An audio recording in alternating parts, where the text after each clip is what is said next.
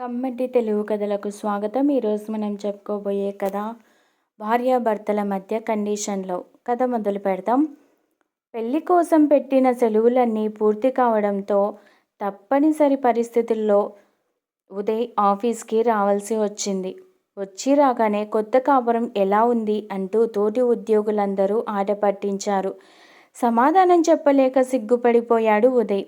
ఇంతలో ఉదయ్ భార్య పవిత్ర ఫోన్ చేసి, మీరు వెళ్ళి 3 గంటలవుతుంది, మిస్ యూ శ్రీవారు అంటూ ప్రేమగా మాట్లాడింది. దీంతో తను చూపే ప్రేమకు సిగ్గుతో ముగ్గులైపోయాడు ఉదయ్. ఇదంతా గమనిస్తున్న పక్కనే ఉన్న స్నేహితుడు వికాస్, ఇలాంటివి ఎన్నో చూశాము, ముందు ఉంది నీకు ముసళ్ళ పండగ అంటూ ఉదయ్తో వెటకారమాడాడు. దేనికైనా సర్దుకుపోవడం తెలియాలి బ్రదర్. తను నా మాటకి విలువ ఇస్తుంది, నా ప్రేమకి వికసిస్తుంది, నా కోసం ఎదురు చూస్తుంది, నేనంటే పడి చేస్తుంది అంటూ ప్రాసతో కూడిన డైలాగ్ వదిలాడు ఉదయ్.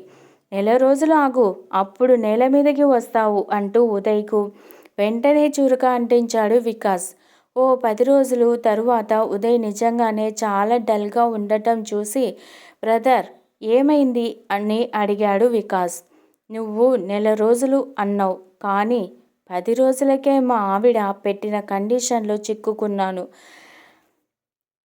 నా పుట్టినరోజు ఎలా చేసుకున్నా తన పుట్టినరోజు మాత్రం గ్రాండ్గా స్టార్ హోటల్లో చేయాలంట. అలాగే నిజాయితీగా ఆఫీస్లో జరిగే విషయాలు, పార్టీల గురించి కూడా తనకు చెప్పాలంట. వాట్సాప్, ఫేస్బుక్ కొన్ని నిమిషాలు మాత్రమే చూడాలంట. ఊహించని సమయాల్లో తనకు ఊహించని బహుమతులు ఇవ్వాలంట. నీ ప్రేమ కొండంత, నీ మనసు ఉప్పెనంత, నీ కోసం సముద్రాన్ని తెస్తా, ఆకాశాన్ని కూడా నేలకు దించేస్తా లాంటి రొమాంటిక్ డైలాగ్స్ చెప్తే వినే ఓపికే లేదంట. జీవితం అంటే ప్రాక్టికల్గా ఉండాలంట. అలాగే రాత్రి ఇంటికి ఆలస్యంగా రాకూడదంట.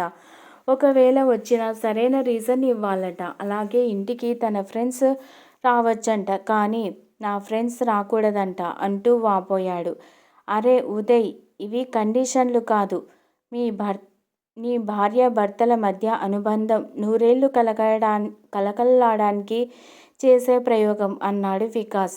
ఈ మాటలేవో కొత్తగా ఉండటంతో వింతగా వికాస్ వైపు చూశాడు ఉదయ్. నా ఉద్దేశంలో ఆమె పెట్టినవి అన్నీ మంచి కండిషన్లే. కాస్త పాజిటివ్గా ఆలోచించు. ఇన్నాళ్ళు తన పుట్టినరోజు ఇంట్లో వాళ్లతో జరుపుకుంది కదా. ఇప్పుడు నువ్వే తన ప్రపంచం కాబట్టి నువ్వే తన సర్వస్వం అనుకుంటూ చిలిపిగా పెట్టిన కండిషన్ మాత్రమే అది. రేపు మీకు పిల్లలు పుట్టాక మనకెందుకు పుట్టినరోజులు, వాటిని పిల్లలకి చేద్దాం అంటుంది చూడు. ఇక ఆఫీస్ విషయాలు, పార్టీ విషయాల గురించి ఆమె ఎందుకు అడిగిందంటే, నీకు మేలు చేద్దామనే నీ ప్రొఫెషనల్ లైఫ్లో ఎప్పుడైనా సమస్యలు వస్తే తను ఏమైనా హెల్ప్ చేయగలుగుతుందేమోనని తన తాపత్రయం. అందుకే ఆ కండిషన్స్. ఇక వాట్సాప్, ఫేస్బుక్ చూసే సమయంలో టైం వేస్ట్ కాకుండా తన వంటికి సాయం చేస్తావని ప్రేమగా నీకు మరో కండిషన్ పెట్టింది. ఇక సుత్తి లేకుండా స్వచ్ఛమైన భావాలు తనకే తెలపాలని ఆమె పోకిరి కుర్రాళ్ళు వాడే డైలాగ్స్ వాడొద్దంటుంది. అలాగే నువ్వు నీ స్నేహితులకి దూరంగా ఉంటూ బంధువులకి దగ్గరగా ఉంటే మంచి చెడులు తెలుస్తాయని, పైగా మీ ప్రైవసీకి భంగం కలగదని ఆమె అనుకుంటుంది. పైగా కొత్తగా పెళ్ళైన వాడెవడైనా మగ స్నేహితులను ఇంటికి పిలుస్తాడట్రా. ఇక ఆమె స్నేహితులు ఇంటికి వస్తున్నారంటే అమ్మాయిలు బయటకు చెప్పుకోలేని చాలా విషయాలు ఉంటాయి. అందుకే ఆ కండిషన్ పెట్టింది. అంతేకాని నీ మీద ప్రేమ లేక కాదు. ఇక రాత్రివేళ ఇంటికి పెందలాడే రమ్మంటుంది అంటే నీ ఆరోగ్యం కోసమే, అంతే తప్ప ఈ కండిషన్లు నీ జీవితాన్ని శాసిస్తూ ఉన్నాయని అనుకోకు. నీ మీద ఇంకా ఎక్కువ ప్రేమ పొందాలని ఆమె పెట్టిన కండిషన్లు మాత్రమే అవి అన్నాడు సుదీర్ఘంగా స్వీచిస్తూ. ఆ మాటలకు జ్ఞానోదయం అయినట్లు, థ్యాంక్స్ బ్రదర్. తను పెట్టిన కండిషన్లలో అపార్థాలు చూశాను తప్ప అర్థాలు గమనించలేదు. ఇక నా భార్య ఏం చెప్పినా ప్రేమతోనే ఆలోచిస్తా అంటూ ఇంటికి బయలుదేరాడు ఉదయ్. పక్కనే ఉండి ఈ సంభాషణను ఆశాంతం విన్న రవి కాస్త గందరగోళానికి గురయ్యాడు. వెంటనే వికాస్ ఈ కండిషన్లు అన్నీ ప్రతి ఇంట్లోనూ భార్యలు పెట్టేవే కదా అని సందేహం వెలిబుచ్చాడు. కొత్తగా పెళ్ళైనోడే కదా, అందుకే మనోడు టెన్షన్లో ఉన్నాడు. అందుకే పాజిటివ్గా చెప్పాను. తర్వాత మెల్లగా అర్థమవుతుంది. భార్య భర్తల బంధం అంటేనే కండిషన్లతోనే ఇమిడి ఉంటుంది. అదే ఏళ్ళు గడుస్తూ ఉంటే చిక్కులు చికాకులు లేకుండా సంసారం సాఫీగా సాగిపోతుంది. అంతేకాని అతిగా ఆలోచిస్తే మనమే ఇబ్బందులలో చిక్కుకుపోతాం.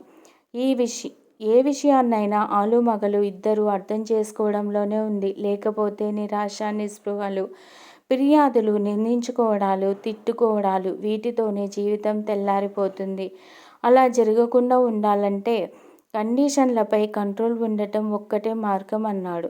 ఉదయ్ వికాస్ ఇచ్చిన పాజిటివ్ ఎనర్జీతో ఇంటికి వెళ్ళగానే పవిత్రను చాలా ప్రేమగా హత్తుకున్నాడు. అమాంతం ఎత్తుకొని తిప్పేశాడు. నీ కండిషన్లు నాకు చాలా నచ్చాయి అంటూ సంబరపడ్డాడు. పవిత్ర చాలా చాలా సంతోషించింది. పవిత్ర కూడా లోపల ఆనందించింది.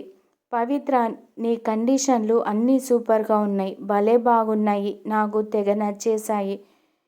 కానీ నువ్వు నాకు కండిషన్లు పెట్టినట్లే నేను కూడా నీకు కొన్ని కండిషన్లు పెడదామనుకుంటున్నాను.